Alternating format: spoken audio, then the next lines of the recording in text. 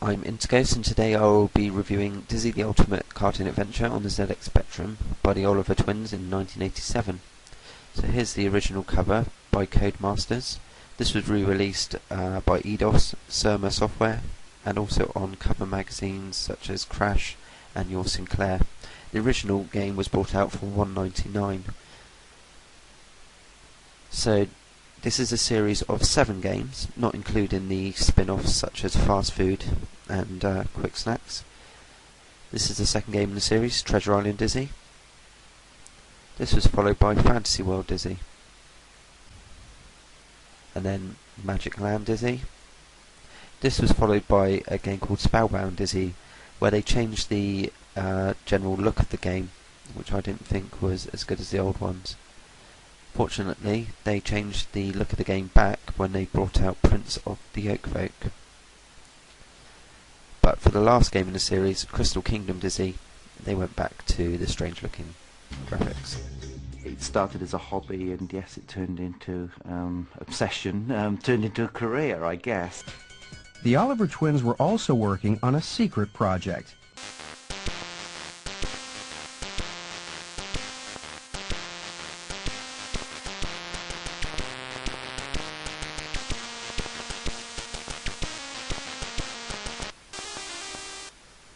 So to show you the game, basically you're Dizzy, who's this egg guy with boxing gloves on, and you have to go through the levels collecting items to build a potion to kill the evil wizard Zack.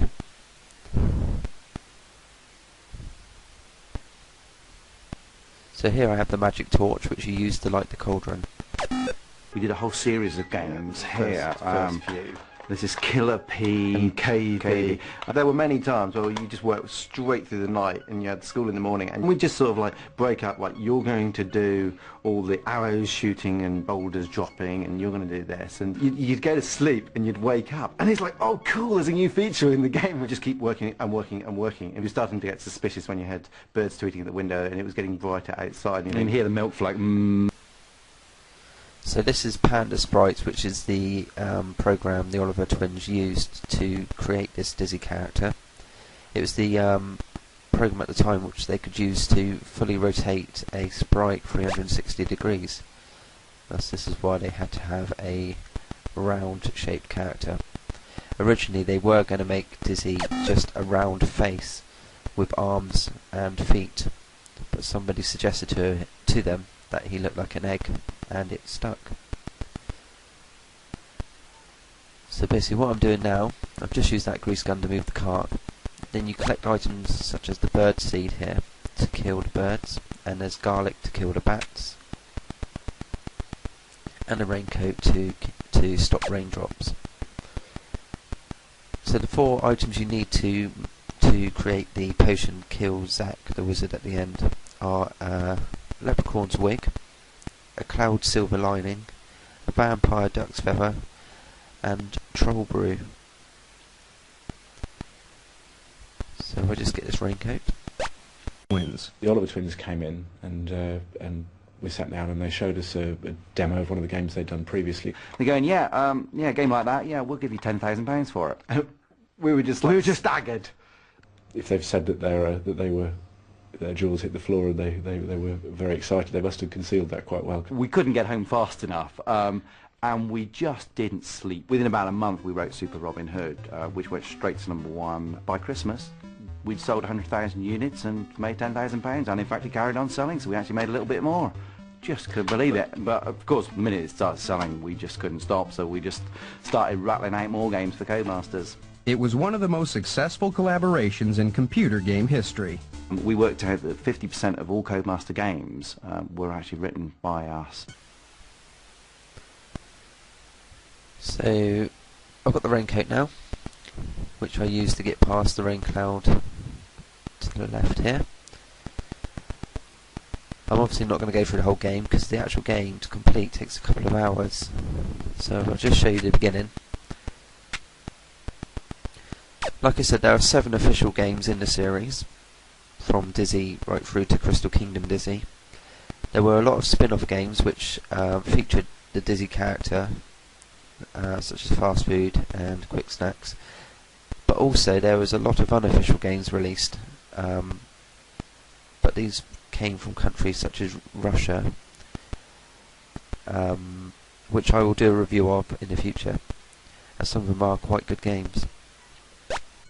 We wanted like this fantasy world. I had this idea, we should get the character's face as big as possible on screen to give it a bit of personality. They got an awful lot of fan mail in at Codemasters all about it and asking how do you do this and how do you do that, and every time we went out they go, oh, we got some more fan mail.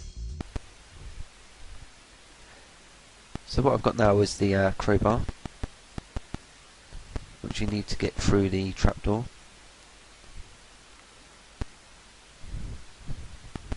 Which is just here under the spider.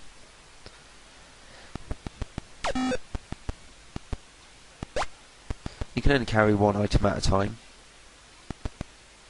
and your score and lives are at the top. Using the raincoat you get through here. That flashing egg was an extra life. And here is the clover garlic which you use to kill the bats.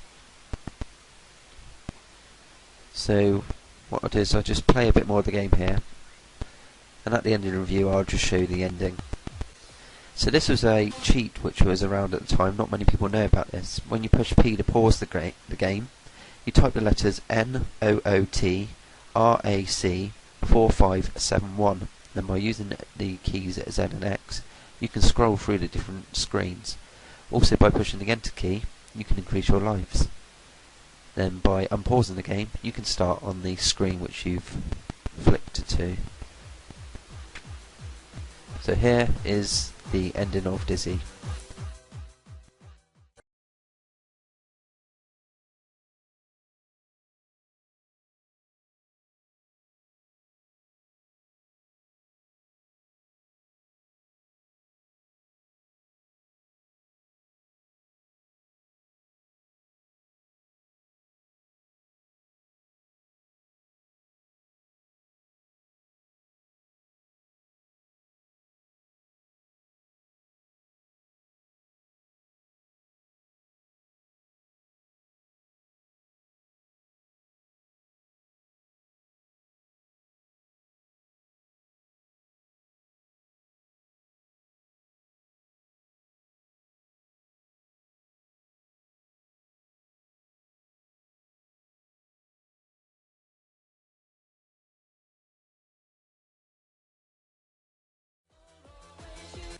Thanks for watching, please subscribe, leave comments and rate.